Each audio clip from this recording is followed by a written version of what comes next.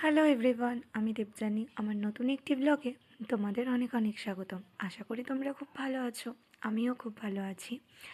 এটা হচ্ছে আমার জেঠুর বাড়িতে মাঘী পূর্ণিমাতে, মাঘ মাসের পূর্ণিমা তিথিতে গোপাল রাধা মাধবের জন্য ওই সামান্য কিছু ভোগের আয়োজন করা হয়েছিল। তো তারই প্রস্তুতি চলছিল আর কি। আমার বড় মা সব কিছু গুছিয়ে রেডি করেছিল, আমার বৌদিও সাথে সাথে জোগাড় করছিল, আর আমি ওই টুকটাক একটু হেল্প করেছিলাম। সেদিন ভোগের মধ্যে ছিল পনির, আলু, ফুলকপি দিয়ে তরকারি। তারই ফার্স্ট পনিরগুলো ভেজে নেওয়া হচ্ছে, আর ওইদিকে ফুলকপি আলুগুলো সিদ্ধ করে নেওয়া হচ্ছে। রান্নাবান্না আমার এমনিই খুবই প্রিয়, আর যদি হয় ঠাকুরের জন্য রান্নাবান্না করা, তাহলে তো কোনো কথাই নেই বলো। কারণ আমরা সবসময় তো সব কিছু ভগবানের জন্য করে উঠতে পারি না। তো যাই হোক, আজকে ভোগের রান্নাবান্না যখন, আজকে না সরি, যেদিনের ব্লগটা আমি শেয়ার করছি সেই দিনকে যে রান্নাবান্নাগুলো হচ্ছিল সেগুলো তো আমার দেখতে খুবই ভালো লাগছিলো। টুকটাক আমিও করেছি, তাই ভাবলাম যে তোমাদের সাথেও কিছু শেয়ার করা যাক, ওই জন্য কিছু ক্লিপ তুলেও নিয়েছি।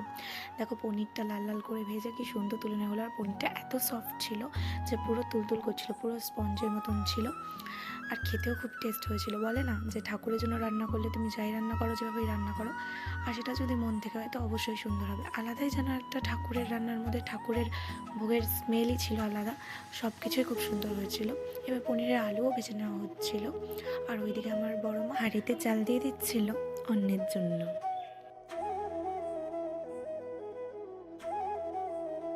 তারপরে একে একে ফুলকপিগুলো ভেজে নেওয়া হচ্ছিল, কারণ ফুলকপি, আলু আর পনির দিয়ে যে তরকারিটা হবে তার জন্য।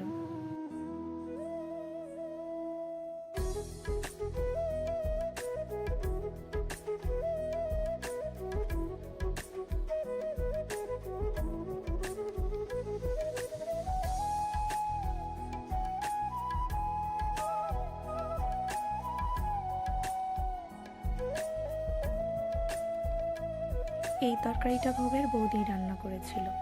তারপরে দেখো, পাঁপড় ভেজে নেওয়া হচ্ছিল। ফুলকপি, আলু আর পনিরের তরকারিটা আমি ফুলফিল লাস্টে ব্লগে যখন ভোগ সাজানো হবে তখন দেখিয়ে দেবো। পাঁপড়গুলো আগে ভেজে রাখা হচ্ছিল, কারণ পাঁপড়গুলো ভেজে নিলে টুকটাক অন্য ভাজাগুলো করার চান্সটা পাবো, ওই জন্য আর কি।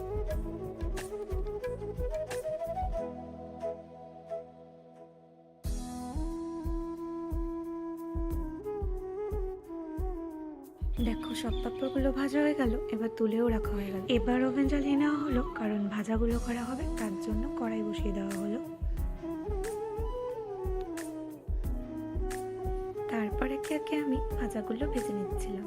প্রথমে আমি আলুগুলো ভেজে নিচ্ছিলাম লাল লাল করে।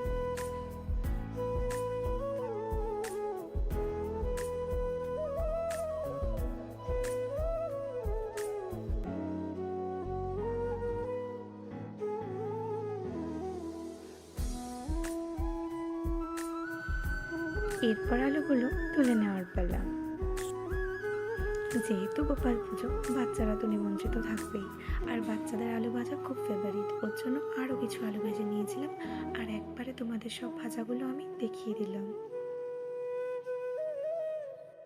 যেটা আসল কথা, যেটা তোমাদের আমার এখনো বলাই হয়নি, গোপালের ভোগে ছিল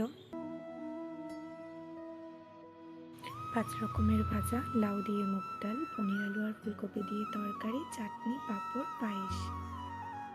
আর দেখো, পায়েসটা কি সুন্দর দেখতে লাগছিল। আমি একটু একটু করে তার জন্য সব কিছুরই ক্লিপ তুলে নিচ্ছিলাম। আর এরপরে গোপালকে ভোগ নিবেদন করাও হয়ে গেল। কি সুন্দর লাগছে আমাদের গোপুসোনাকে।